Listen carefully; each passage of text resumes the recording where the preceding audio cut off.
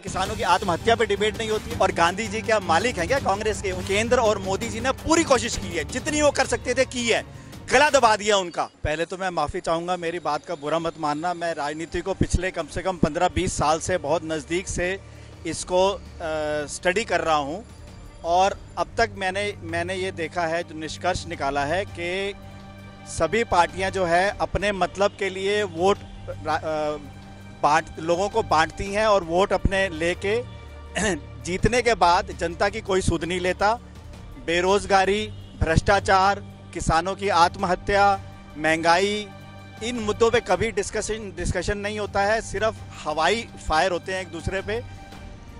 और अभी तो हवाई फायर की बात कर रहे हैं। हाँ जी, हाँ जी। ये मैनिफेस्टो लागू हो गए हैं दोनों। मैनिफेस्टो आज तक मुझे बताइए, कोई भी पार्टी जीतने के बाद कभी मैनिफेस्टो का नाम लेती है? कहीं डिबेट नहीं होती है। भ्रष्टाचार पे डिबेट नहीं होती है, बेरोजगारी पे डिबेट नहीं होती है, किसानों की आत्महत्या पे डिबेट नहीं होती है, महंगाई पे डिबेट नहीं होती है, काले धन पे डिबेट नहीं होती है। डिबेट सिर्फ हवाई फायर होता है। उसने ऐसा बोला, उसने वैसा बोला, उसने मर्यादा का उल्लंघन किया, उसने ये किया, वो किया। सभी पार्टियों से थक हार के दिल्ली की जनता ने केजरीवाल को वोट दिया था।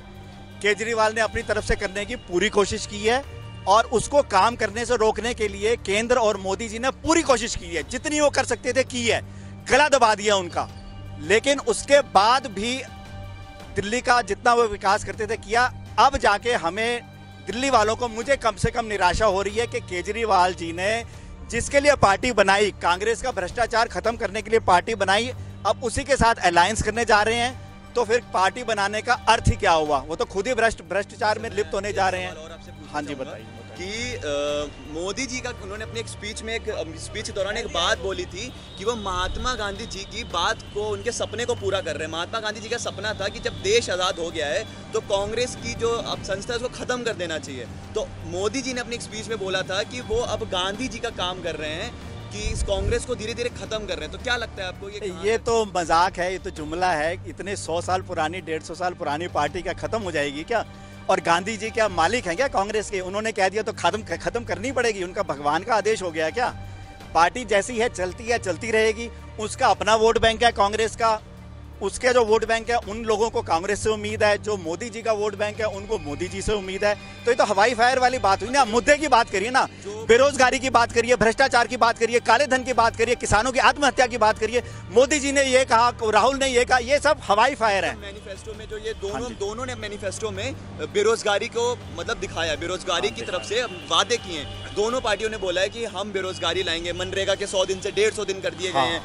इधर कांग्रेस ने भी ये किया है, सेम बीजेपी ने भी अपने मैनिफेस्टो में, जैसे कि राम मंदिर की बात की जाए तो राम मंदिर के लिए उन्होंने मैनिफेस्टो में फिर लागू कर दिया कि राम मंदिर बनेगा। वो बात अलग है, 1986 से राम मंदिर का मैनिफेस्टो लागू चल रहा है। तो क्या लगता है आपको कि ये जो राम मंदिर वाली बात है और ये जो हमारी बेरोजगारी वाली बात है जो मैनिफेस्टो में आज से सालों से आ रही है, तो कहाँ तक पूरी होंगी और कौन करेगा पूरा?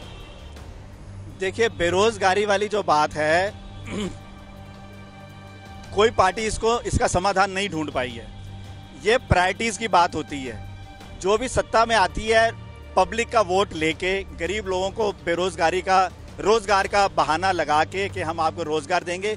उसके बाद जो कैपिटलिस्ट हैं, जो अंबानी, अडानी, टाटा, बिरला वगैरह जो रईस लोग हैं, उनके नीतियों के हिसाब से अपनी नीतियां बनाते हैं, फिर वो जनता को भूल जाते हैं। ये तो रही बेरोजगारी की बात। वो जो अंबानी, अडानी चाहेंगे वही भारत सरकार की नीति बनेगी। जनता गई अगले चुनाव तक, जनता क्या भूल जाइए आप, बेरोजगारी भूल जाइए। राम मंदिर का जहाँ तक मुद्दा है, वो इतना सेंसिटिव इशू है। ये बीजेपी अपना वोट बैंक के लिए राम मंदिर के नाम पे वोट लेती है। ना वो बना सकते हैं राम मंदिर, ना ही उसका कोई समाधान निकाल सकते हैं, इसीलिए उसे टाला जा रहा है। इवन सुप्रीम कोर्ट भी घबरा रही है उसका कोई डिसीजन देने के लिए। वो भी आज तक ये कह रही है कि आपस में समझौता कर लो। जब सुप्रीम कोर्ट तक फैसला नहीं कर पा रही तो एक पार्टी या एक नेता की क्या मजाल है? वो ये सब मुझे जुमले हैं। पिछले कितने मैनिफेस्टो से वो कहते आ रहे हैं। जब सुप्रीम कोर्ट ही नहीं कोई पार्टी सुप्रीम कोर्ट से ऊपर तो नहीं है। सुप्रीम कोर्ट जब तक नहीं कहेगी वो तो पार्टी कहाँ से राम मंदिर बना लेगी?